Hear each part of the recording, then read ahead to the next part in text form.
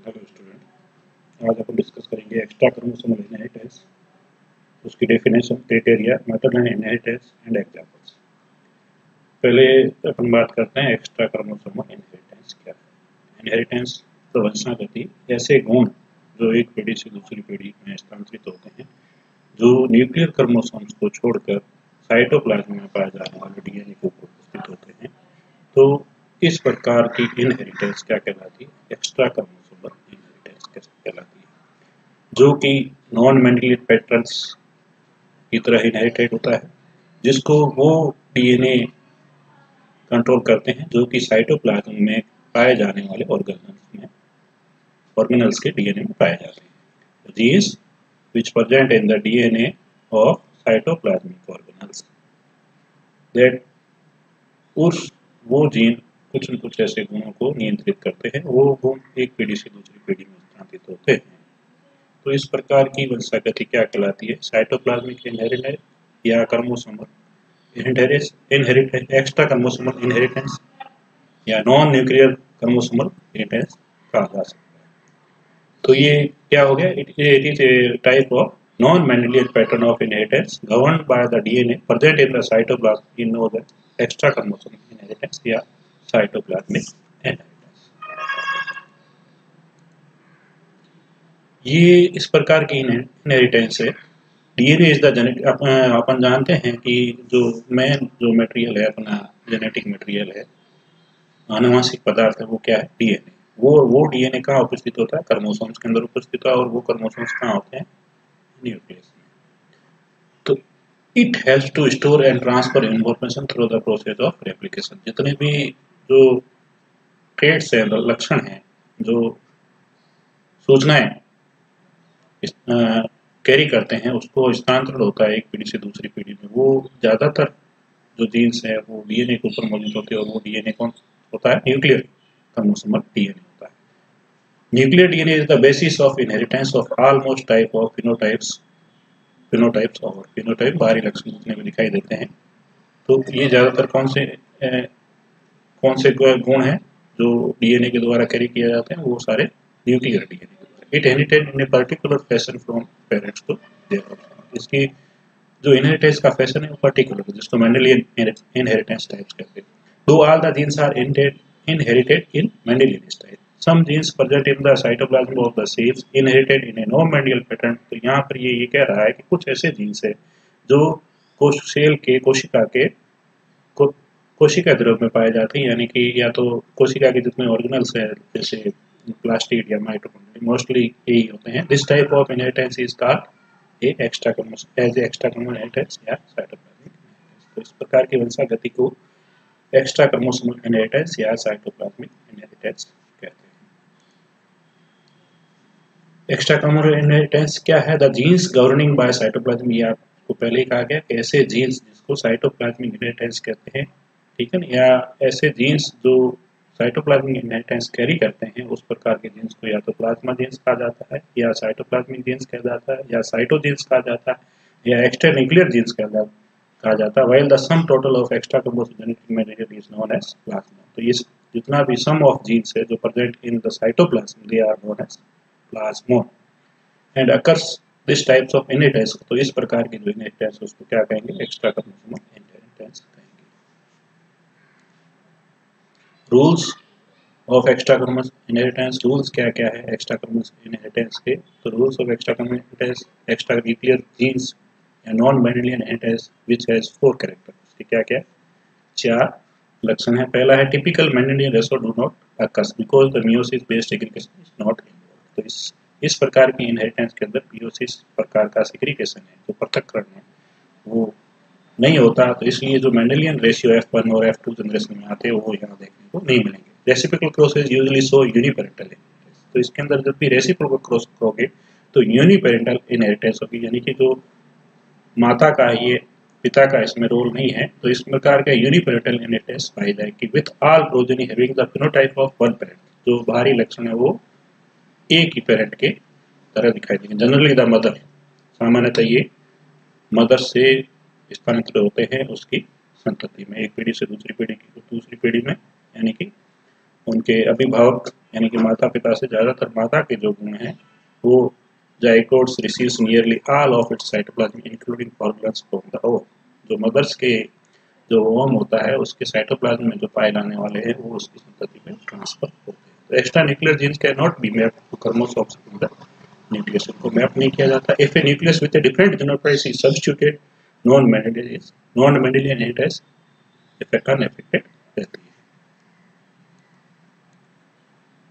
तो इस प्रकार के डीएनए या इस प्रकार के क्रोमोसोम नॉन क्रोमोसोमल जो इनहेरिटेंस वो किसके थ्रू हो सकती है, तो वो डीएनए जो साइटोप्लाज्म में कुछ ऑर्गेनल्स है उनके अंदर पाए जाते हैं, जिसमें क्लोरोप्लास्ट है और माइटोकॉन्ड्रिया।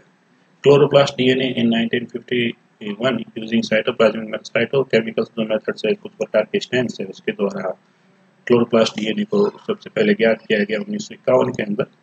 ये मेथड्स अपनाए गए। Shiba was the first to demonstrate the presence of nucleic acid in chloroplast. Shiba एक ऐसे वैज्ञानिक थे जिन्होंने सबसे पहली बार ये डेमोस्ट्रेट किया किसके अंदर, chloroplast, the presence of nucleic acid in chloroplast. In 1962, Rees and Paul showed that the chloroplast of Chlamydomonas has particle of 150 to 200 diameter which resembles ribosomes. तो रीस और पॉल ने 1962 के अंदर क्लाइम्डोमोनास के क्लोरोप्लास्ट में कुछ ऐसे कण पार्टिकल्स देखे जिनका डायमीटर 150 से 200 एंगस्ट्रॉम होता है, जो कि राइबोसोम्स के दिखाई देते हैं, और वो क्या थे, डीएनए। माइटोकॉन्ड्रियल डीएनए जिसको 1962 के अंदर, मतलब ये जो भी ज़्यादातर जो क्रोमोसोमल्स नॉन क्रोमोसोमल्स जो डीएनए है जो कैरी करते हैं वो ज़्यादातर 1951 के बाद जानकारी में है, इनका पता चला। 1962 के अंदर Nass discover mitochondrial DNA of embryonic chick tissue. जो चिक के उत्तक थे भ्रूण के अंदर, उनके माइटोकॉन्ड्रियल में नेश ने 1962 के अंदर डीएनए थे। They observe filament like DNA component of certain bacteria and the lower electron density areas of the matrix. जो डीएनए माइटोकॉन्ड्रियल की जो मैट्रिक्स थी उसके अंदर डीएनए नेश के द्वारा एम्ब्रियोनिक चिक टिश्यू के अंदर देखे गए। कब? तो जो आप आज अपन पढ़ेंगे उसके जो की टॉपिक्स है, तो पहले तो अपने डिस्कस कर लिया कि एक्स्ट्रा क्रोमोसोमल इनहेरिटेंस क्या है, उसकी परिभाषा, उसके क्राइटेरिया क्या हो सकते हैं एक्स्ट्रा क्रोमोसोमल इनहेरिटेंस के, और कुछ एग्जांपल्स साइटोप्लाज्मिक, ये बहुत सारे और भी एग्जांपल्स है, लेकिन जो अपन डिस्कस करेंगे वो मेनली एग्जांपल्स ये रहेंगे। Cytoplasmic mail sterility in maize, the maternal effect in snail, inheritance of kappa particles in paramecium.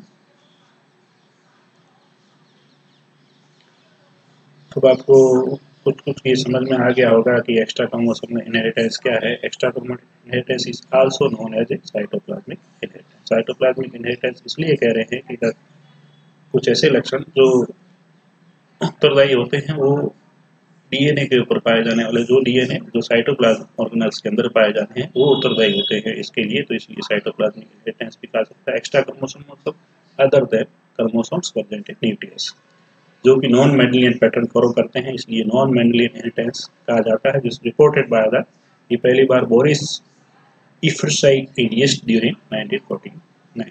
तो ये बोरिस इफ्रशाई के द्वारा ईस्ट के अंदर पहली बार 1949 में देखा था। Cytoplasmic DNA or extra chromosome, जो साइटोप्लाज्मिक डीएनए जो क्लोरोप्लास्ट और माइटोकॉन्ड्रिया में पाया जाता है, तो उस डीएनए को क्या कहा जाता है, extra chromosome DNA. Is present significantly in some important organs like chloroplast and mitochondria, जिसका अपन जिक्र पिछली स्लाइड में कर चुके हैं कि इस प्रकार का जो एक्स्ट्रा क्रोमोसोम डीएनए है वो किसके अंदर पाया जाता है, क्लोरोप्लास्ट और mitochondria. It is a big mystery that how actually there organs created there over. ये अभी तक भी माइथ है जो अभी तक सॉल्व नहीं हुआ है कि ये एक्चुअली में ये कैसे जीनोम क्रिएटेड हुए क्लोरोप्लास्ट के अंदर और माइटोकॉन्ड्रिया के। One theory which state that it was symbiotic relation, एक थ्योरी ये कहती है कि पूर्व में जो जीवों की कोशिका है या पौधों की कोशिका है उसके अंदर सिम्बायोटिक रिलेशनशिप थे कुछ जीवों के। It is a believe that mitochondria were once free living bacteria. ये समझा जाता है कि जो माइटोकॉन्ड्रिया है वो पूर्व में एक संतत रूप से एक बैक्टीरिया था, जीवाणु था। Over a period of time it created symbiotic relations with the eukaryotic sales. जो यूकेरियोटिक कोशिकाएं उनके साथ उन्होंने सिम्बायोटिक एक सहजीवी के रूप में जीवन यापन किया और ये धीरे धीरे आते आते ये उसके साइटोप्लाज्म में स्टेब्लिश्ड हो गए। अल्टीमेटली इवोल्व एज ऑर्गेनल इन यूकेरियोटिक, और अंतिम में ये जाते जाते हैं कि एक कोशिका के रूप में रूप ले लिया।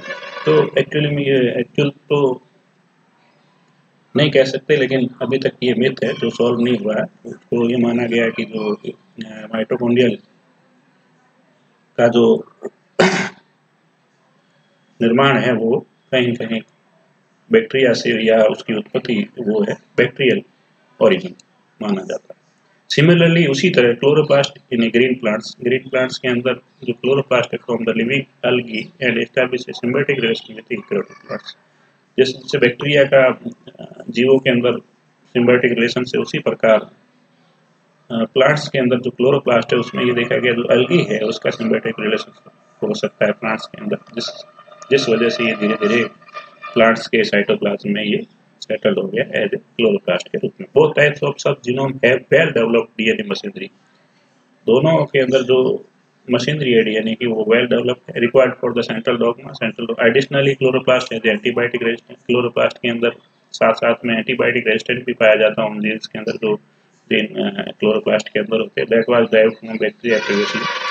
तो ये देखा गया कि ये कहाँ से ड्राइव्ड हुए हैं बैक्टीरिया से। The genome is made up of few genes and several thousand base pair, और ये जो जीनोम है इनके several thousand base pair, still it has their own RNA, तो इनका अपना खुद का राइबोसोमल आरएनए होगा, ट्रांसफर आरएनए होता है, डीएनए होता है, ये रेप्लिकेशन भी करते हैं, ट्रांसलेशन भी करते हैं, ट्रांसक्रिप्शन करते हैं। तो इनकी अपनी इनका एक अपना सिस्टम है पर्टिकुलरली जिसके थ्रू ये रेप्लिकेशन करते हैं, ट्रांसलेशन करते हैं, ट्रांसक्रिप्शन भी करते हैं।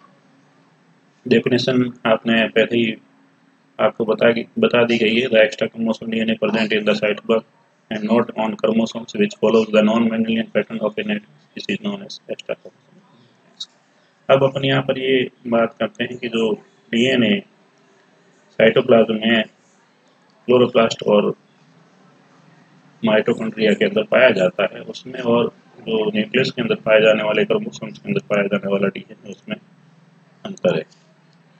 अंतर ये है कि जो क्रोमोसोम्स के अंदर पाया जाने वाला डीएनए जो न्यूक्लियस के अंदर होता है वो क्या होता है, लीनियर होता है, where is in DNA present in chloroplast and mitochondria is circular. और जो हिस्टोन प्रोटीन है वो भी जो साइटोप्लाज्म में पाए जाने वाले ऑर्गेनल्स के अंदर पाया जाने वाला डीएनए उनके अंदर नहीं पाए जाते। दूसरा ये लार्ज साइज नहीं होते एज क्रोमोसोम्स पर, क्रोमोसोमल डीएनए प्रेजेंट इन न्यूक्लियस के अंदर पाया जाने वाला डीएनए है वो लार्ज साइज का होता है, where is DNA present in organelles are smaller in size.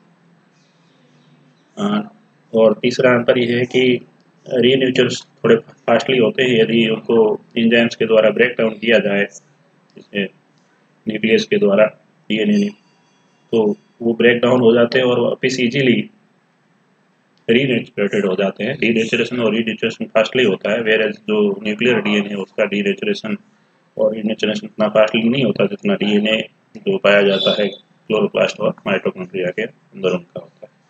तो ये बेसिकली ये डिफरेंस है। लेकिन कुछ माइटोकॉन्ड्रियल डीएनए वो लीनियर भी हो सकता है, जैसे पैरामीशियम ओरेलिया के अंदर पाया जाने वाला जो माइटोकॉन्ड्रियल डीएनए है वो लीनियर हो सकता है। तो ये बेसिक डिफरेंसेस हैं न्यूक्लियर डीएनए के और साइटोप्लाज्मिक डीएनए के जो माइटोकॉन्ड्रिया और क्लोरोप्लास्ट में पाया जाता है। नेक्स्ट अपन जितने भी इसके एग्जांपल्स हैं उसके बारे में चर्चा करेंगे, और मेनली क्राइटेरिया ऑफ इनहेरिटेंस क्या है उसका भी अध्ययन करेंगे। Thank you.